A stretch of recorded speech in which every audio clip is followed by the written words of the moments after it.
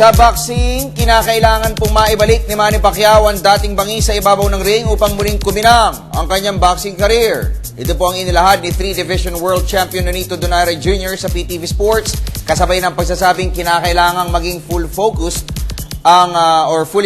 ang fighting congressman para po sa fourth battle kontra Mexican counterpuncher Juan Manuel Marquez. Narito ang report ni veteran sports columnist Flor Perez. Isa si WBO Super Bantamweight Champion Nonito Donaire Jr. sa mga naniniwalang kulang sa challenge at apoy sa puso si Manny Pacquiao sa kanya mga previous fights. Sa panayam ng PTV Sports, inamin ni Donaire na minsan na rin siyang dumaan sa ganitong yugto ng boxing career at ito ay nang wala ng magandang laban na nakaabang para sa kanya.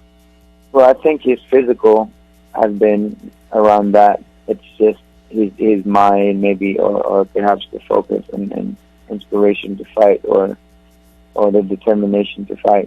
Parang nawala na yung maybe because the lack of opponent or the lack of desire to fight that opponent. Parang, I mean, I've been to that situation where parang nawala ako ng gana, like with Nishioka. Nandun, bumalik yung gana ko. You know, I got my desire to fight again, and I think Pacquiao can do the same thing. Pero sa nalalapit na laban ni Pacquiao, nagbabala si Donaire na delikadong mawala ang focus ng 33-year-old Pinoy Southpaw. Ito'y dahil base sa unang tatlong pagharap ni Pacquiao at Juan Manuel Marquez, talagang masasabing kontrapelo ang Pinoy ring idol sa kanyang Mexican counterpart. It has to be at least an A game for him pag laban si Marquez because they've fought for 3 times and it's been a close fight. He needs to be in his top shape to win again. Things have to be done, and I think that he needs to look impressive to stop the doubts from everyone else. At sa mabilis na response ng Team Pacquiao, muling iginiit ni Haplas Fernandez na maganda ang itinatakbo ng kanilang training camp sa General Santos City. Pagtitiyak pa ng Chief of Staff ni Congressman Pacquiao, mataas na mataas ang antas ng kondisyon ngayon ng kanyang boss at handa na rin silang sumabak sa huling bahagi ng kanilang training camp sa Wildcard Gym sa Los Angeles, California. Okay naman. Jogging kami kanina, alas 6, umaga. Din kahapon, nag-sparring kami.